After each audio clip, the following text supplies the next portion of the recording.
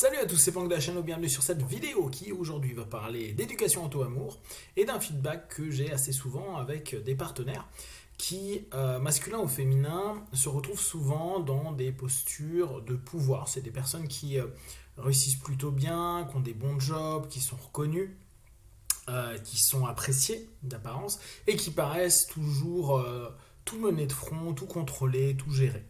Ce qui est assez intéressant, c'est que quand je discute avec, alors que ce soit dans le côté amical ou que ce soit là plus pendant des sessions d'accompagnement, il y a souvent un retour où au fur et à mesure, je m'aperçois, et ils s'en rendent de plus en plus compte, qu'ils n'ont absolument pas confiance en eux. Ils attendent d'être aimés par autrui. Donc on est vraiment dans cette notion d'éducation auto-amour, c'est-à-dire j'attends d'autrui tellement que je ne me le donne pas. Et quand au fur et à mesure du dialogue, on arrive sur le fait qu'en réalité, ils se rendent compte qu'ils ne s'aiment pas ou ils s'apprécient très peu, alors bien sûr, ils ont des aspects d'eux-mêmes qu'ils apprécient, mais que la plupart d'entre eux, en fait, s'aiment pas. Ils aiment le masque qu'ils arrivent à proposer à autrui et ils l'aiment simplement si autrui le valide. Et dans des relations amoureuses, c'est souvent ce qui se passe, c'est que au départ, vu qu'ils sont très leaders, ils mènent le couple, ils mènent la relation, souvent c'est eux qui vont être initiateurs de la dite relation, etc., etc. Et puis au fur et à mesure, le partenaire se met sur un même niveau d'égalité, parce qu'il y a souvent au départ une espèce de déséquilibre. Parce que justement, il y a tout ce masque de force, de puissance, de confiance, etc., etc. Sauf que c'est un masque. Et que inconsciemment, et ça c'est assez récurrent chez ce type de personnes-là, l'autre se rend compte que ils sont dépendants de l'amour, l'attention, les retours qu'ils font. Donc eux qui dans un premier temps étaient plutôt dans une espèce de, de suiveur dans la relation, sachant que dans l'idéal, il faudrait qu'il y ait un équilibre, etc. Mais dans la nature humaine, il y a toujours des rapports de force qui se jouent. Là, je lisais encore, il y a un bouquin sur le pouvoir et c'était quoi le nom sur l'instinct combatif, ouais. Où il disait, mais de toute façon, même une relation amoureuse, ça développe des affrontements et des prises de pouvoir. C'est spontané, c'est naturel, et ne serait-ce que dans la séduction, puis après, ne serait-ce que la sensualité et la sexualité, il va y avoir ce rapport-là. Donc, ce qui est assez intéressant, c'est qu'on arrive avec des personnes qui, à la base, sont dans la réussite, sont dans une confiance apparente, sont dans une espèce de charisme vis-à-vis des autres, et que, à un moment, les autres se rendent compte qu'ils ont en réalité un énorme pouvoir dessus, parce que c'est eux qui sont les fournisseurs, les dealers d'attention, d'amour, de retour, etc. Et dès lors, les personnes commencent à se dire, fais chier, ça se passe pas comme je veux, et donc souvent les relations, alors là, amoureuses ou amicales ou professionnelles ou sociales, s'interrompent, et il y a cette espèce de gros vide, avec souvent, pour beaucoup d'entre eux, une espèce de j'aime pas perdre, j'ai l'impression d'avoir perdu dans ma relation, de ne pas avoir réussi, et dans un premier temps, avoir une espèce de discours qui dit non mais je vais les récupérer, non mais ils vont revenir vers moi, non mais, non mais, non mais, non mais. Et au bout du compte, pas vraiment. Et si ça se passe, au bout du compte, ça les nourrit pas plus que ça. Alors, ce qui est intéressant, c'est que souvent ils me disent ouais mais alors je fais quoi? Et je reviens sur ce que je vous partage régulièrement sur ce sujet d'auto-amour, c'est dire va peut-être commencer à falloir t'aimer, t'apprécier un petit peu. Et c'est vrai que la plupart me disent non mais au fond de moi je m'aime pas, j'aime pas plein de trucs, je les ai mis de côté, etc.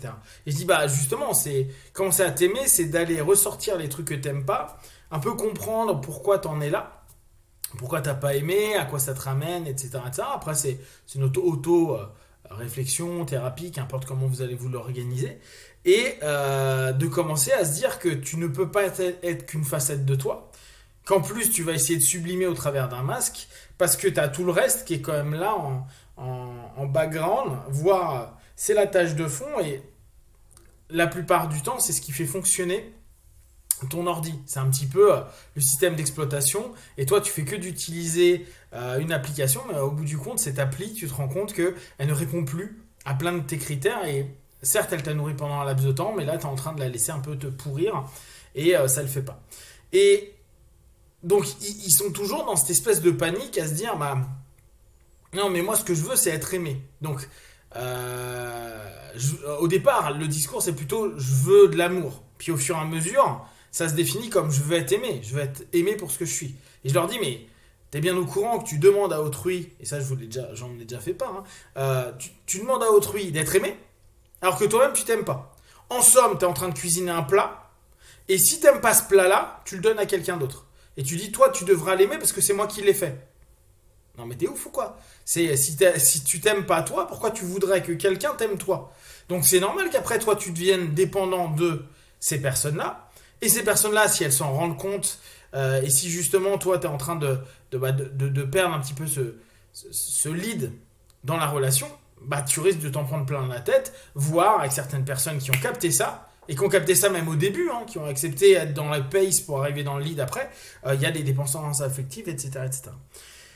Ce qui est intéressant à prendre en compte, c'est que je leur dis, si tu commences à taffer, et bien sûr ça va pas arriver en 5 minutes, parce que eux ils me demandent, oui mais qu'est-ce que je dois faire là maintenant? Bah commence à étudier pourquoi tu t'aimes pas, quel aspect tu apprécies, quel aspect tu n'apprécies pas, qu'est-ce que tu peux développer en toi. Oui, il y aura toujours des choses en toi que tu n'aimeras pas, et il y aura des choses qui sont plutôt positives, que tu apprécies.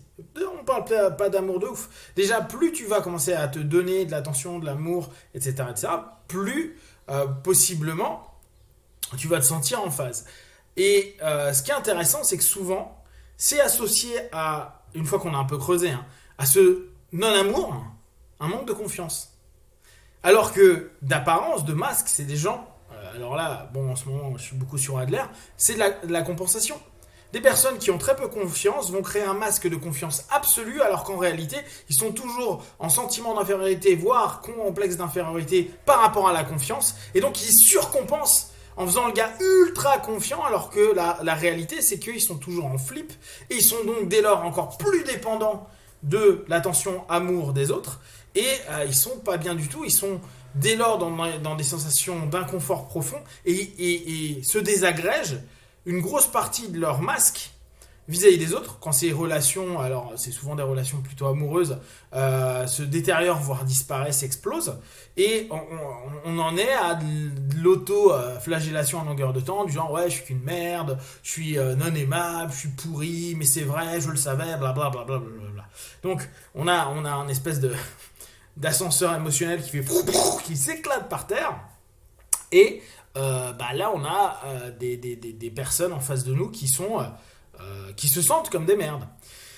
Et tout le boulot qu'il y a à faire, c'est vraiment step by step, voir ce qu'on aime quand même. Alors c'est un peu dur parfois de sortir de la transe, de dire je ne vaux rien, je ne suis rien, et d'aller se restructurer, et comprendre pourquoi on aime des choses et pourquoi on n'en aime pas d'autres. Pourquoi on compense certaines choses, pourquoi on n'accepte pas. Bon, tout ça, c'est des travaux perso.